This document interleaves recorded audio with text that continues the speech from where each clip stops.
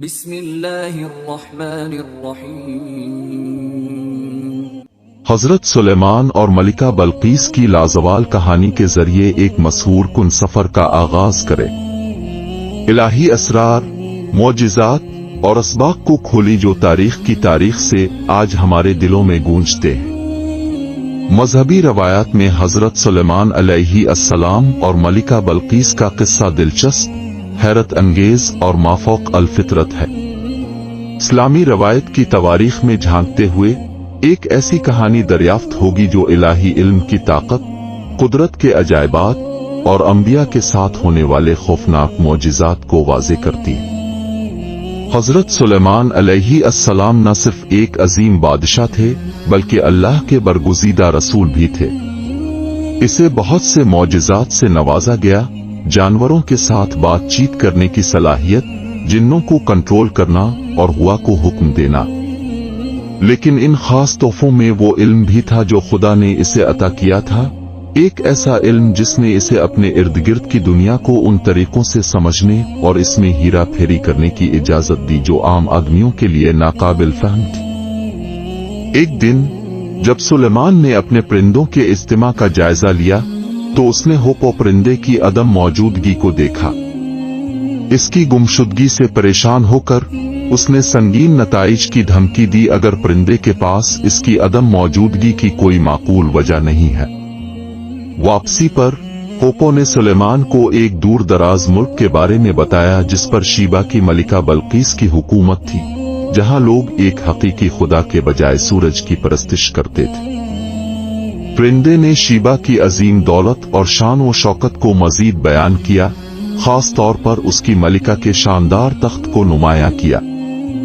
حیرت زدہ سلیمان نے توحید کے پیغام کو ایک نئی سرزمین تک پہنچنے کا موقع دیکھا۔ اس نے ملکہ بلقیس کو ایک خط بھیجا جسے ہوپو نے لے جایا تھا، جس میں اسے اور اس کے لوگوں کو ایک خدا کی عبادت کو قبول کرنے کی دعوت دی تھی۔ ملکہ بلقیس ایک عقلمند اور مدبر حکمران تھی۔ سلیمان کا خط ملنے پر اس نے اپنے مشیروں سے مشورہ کیا۔ سلیمان کی طاقت اور شہرت اور تصادم کے ممکنہ خطرے کو سمجھتے ہوئے اس نے ابتدا میں اسے خوش کرنے کے لیے شاندار تحائف بھیجنے کا فیصلہ کیا، لیکن سلیمان نے مادی فائدہ حاصل کرنے کے بجائے اسے سچے راستے پر گامزن کرنا چاہا۔ جواب دیا کہ اس کی طرف سے پیش کردہ تحائف اس کے لیے کوئی کشش نہیں رکھتے تھے۔ اس کے بجائے اس نے اسے اپنی زمین پر جانے پر اصرار کیا۔ جب اس کے دورے کی تیاریاں جاری تھیں، سلیمان نے خدا کے جلال کو ظاہر کرنے اور ملکہ بلقیس پر گہرا اثر ڈالنے کا ایک طریقہ سوچا۔ اس نے خواہش ظاہر کی کہ بلقیس کے آنے سے پہلے اس کا تخت اس کے پاس لایا جائے۔ یہ دیکھتے ہوئے کہ تخت ایک دور دراز ملک میں تھا، یہ سلیمان کے درباریوں کے لیے ایک ناممکن کام لگتا تھا۔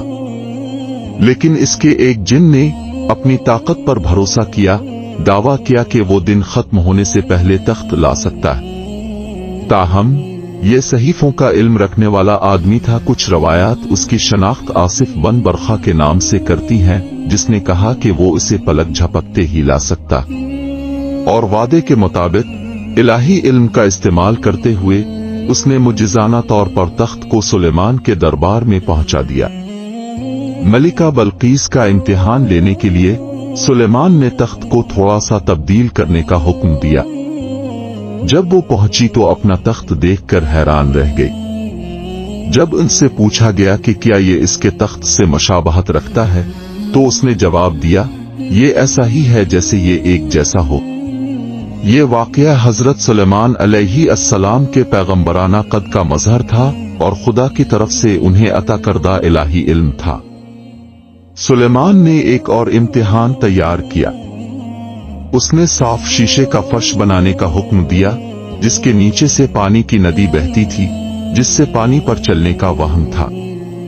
جب ملکہ بلقیس محل میں داخل ہونے والی تھی، یہ سوچ کر کہ یہ پانی ہے، اس نے اپنی اسکرٹ کو گیلا نہ کرنے کے لیے اٹھایا۔